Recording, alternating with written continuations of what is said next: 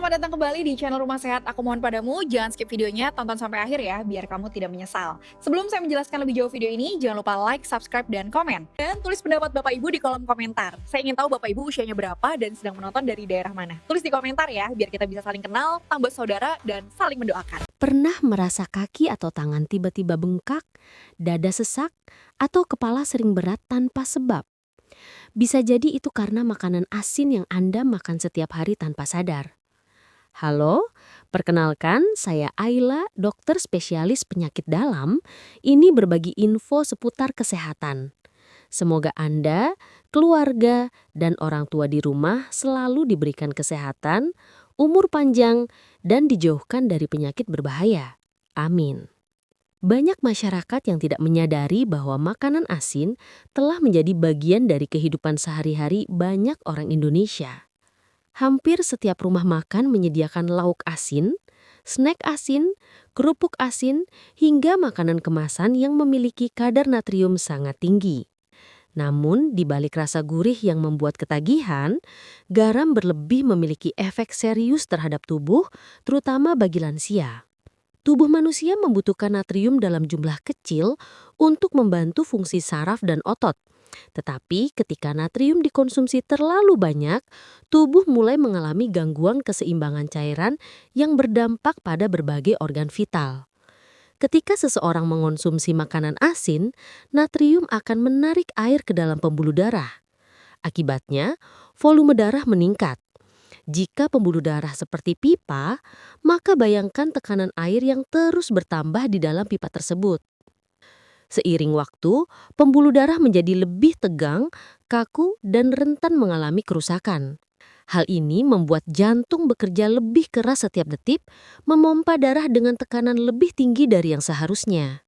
Pada lansia, elastisitas pembuluh darah sudah berkurang secara alami, sehingga dampak makanan asin bisa menjadi jauh lebih berbahaya dibandingkan orang muda. Tanda pertama yang sering muncul adalah pembengkakan, atau yang sering disebut edema. Pembengkakan dapat terjadi di kaki, tangan, wajah, bahkan perut. Ketika tubuh menyimpan garam, otomatis tubuh juga menyimpan air lebih banyak. Air yang tertahan di jaringan tubuh menyebabkan pembengkakan yang sering dianggap sepele, padahal itu adalah alarm tubuh bahwa ada sesuatu yang tidak seimbang.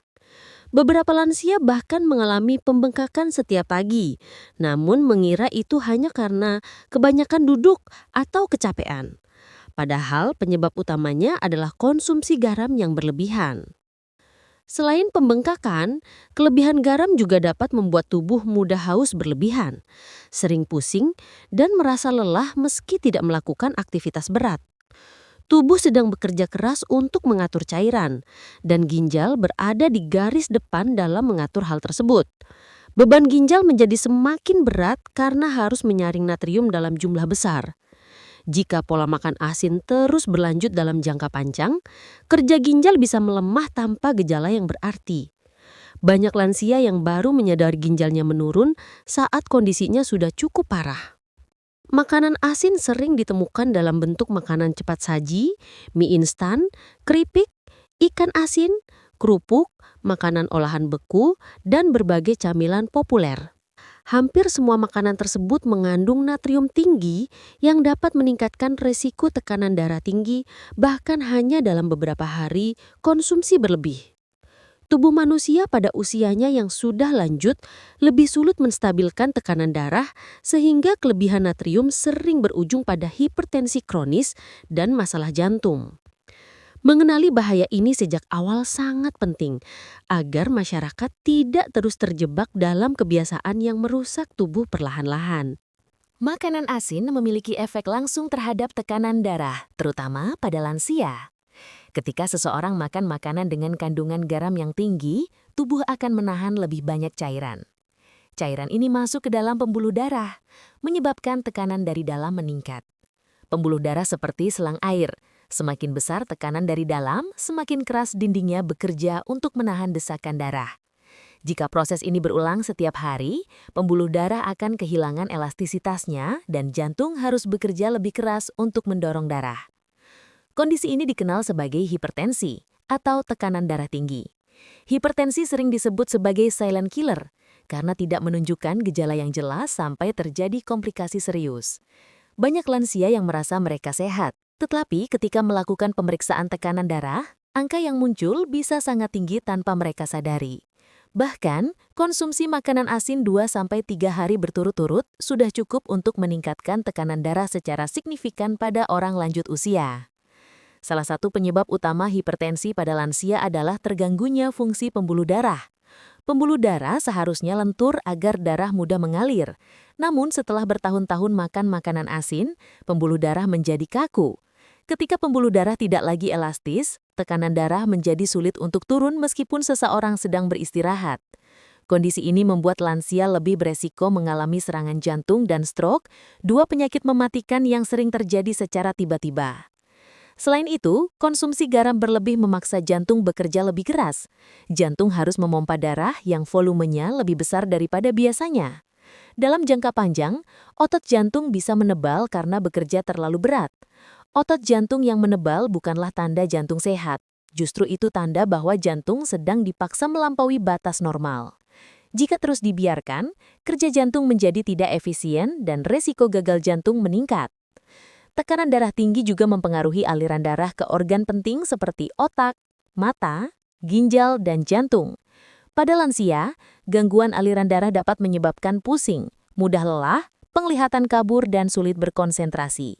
Banyak orang menganggap gejala tersebut akibat usia, padahal penyebab utamanya seringkali adalah konsumsi garam yang berlebihan. Yang perlu diperhatikan lagi adalah, makanan asin bukan hanya yang terasa asin di lidah. Banyak makanan kemasan yang tampaknya tidak asin, tetapi mengandung natrium sangat tinggi untuk menjaga keawetan produk. Contohnya, mie instan, sosis, nugget, kecap asin, saus botolan, bumbu instan, dan snack ringan. Makanan tersebut sering menjadi pilihan mudah bagi banyak orang, terutama lansia yang tinggal sendiri atau tidak sempat memasak. Tanpa disadari, konsumsi natrium mereka jauh melebihi batas normal. Organisasi Kesehatan Dunia (WHO) menetapkan batas konsumsi garam harian maksimal 5 gram, atau setara 1 sendok teh kecil. Namun banyak orang mengkonsumsi 2 kali lipat tanpa menyadarinya. Di Indonesia, kebiasaan makan makanan asin seperti ikan asin, kerupuk, dan makanan cepat saji membuat konsumsi garam masyarakat cenderung tinggi. Inilah alasan mengapa hipertensi sangat umum terjadi pada lansia di Indonesia. Pada akhirnya, memahami hubungan antara makanan asin dan tekanan darah tinggi sangat penting. Dengan menyadari resiko yang ada, setiap orang dapat mulai mengurangi konsumsi garam dan menjaga kesehatan jantung serta pembuluh darah. Bab ini membahas fakta yang paling menakutkan sekaligus paling sering diabaikan. Kerusakan ginjal akibat garam berlebih hampir tidak memiliki gejala pada tahap awal. Inilah yang membuat banyak lansia merasa bahwa konsumsi garam tinggi tidak apa-apa, padahal kerusakan sedang berlangsung setiap hari tanpa mereka sadari. Ginjal adalah organ yang luar biasa diam. Ia tidak memberikan sinyal rasa sakit meskipun sedang mengalami tekanan besar. Ketika pembuluh darahnya menyempit, ketika nefron rusak, atau ketika tekanan darah menghantam jaringan halusnya, ginjal tetap bekerja tanpa protes. Tubuh tidak memberi peringatan keras sampai fungsi ginjal turun lebih dari 70%. Pada titik itu, kerusakan biasanya sudah permanen. Lansia sering merasa sehat-sehat saja, walaupun tekanan darah tinggi, kaki bengkak, atau uring berbusa. Mereka menganggapnya sebagai tanda kelelahan, faktor umur, atau perubahan cuaca. Padahal itu adalah sinyal halus bahwa ginjal sedang berjuang keras membuang limbah dan mengatur cairan. Terlebih lagi, banyak lansia memiliki penyakit penyerta seperti diabetes atau hipertensi, yang membuat ginjal semakin rapuh terhadap dampak garam. Saat garam terus dikonsumsi dalam jumlah tinggi, tubuh menahan air untuk menetralkan natrium. Hal ini menyebabkan peningkatan volume darah yang mendorong jantung dan ginjal bekerja lebih keras. Aliran darah yang terlalu kuat merusak pembuluh-pembuluh kecil di ginjal. Namun gejalanya tetap sunyi. Lansia tetap bisa beraktivitas, tetap bisa berjalan, tetap bisa merasa normal, padahal organ vitalnya mengalami kerusakan internal setiap hari. Kerusakan ginjal yang tidak disadari ini juga sering membuat lansia sulit mengontrol tekanan darah.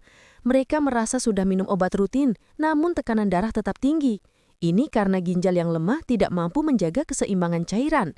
Akibatnya, obat yang seharusnya efektif menjadi kurang bekerja. Banyak lansia akhirnya menambah dosis obat tanpa menyadari bahwa akar masalahnya adalah konsumsi garam harian yang berlebihan.